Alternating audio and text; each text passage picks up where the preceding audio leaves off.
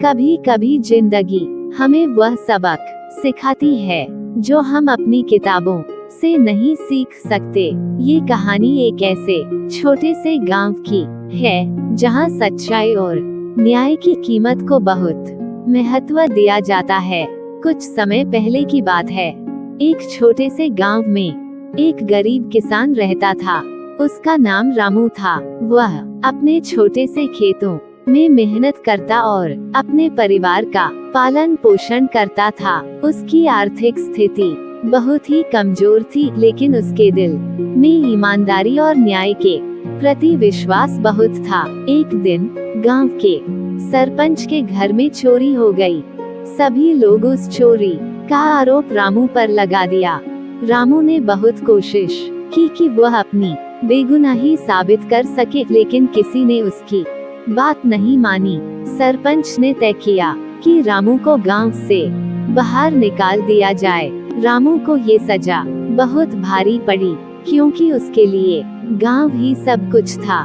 लेकिन उसने अपनी अद्भुत आत्मा को हार नहीं मानी और गांव के बाहर के जंगल में चला गया।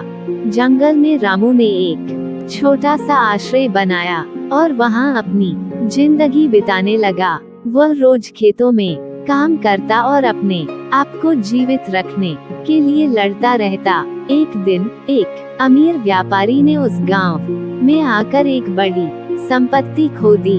सभी लोगों ने उस गरीब किसान को आरोप लगाया, क्योंकि वह उस समय भी जंगल में ही रहता था।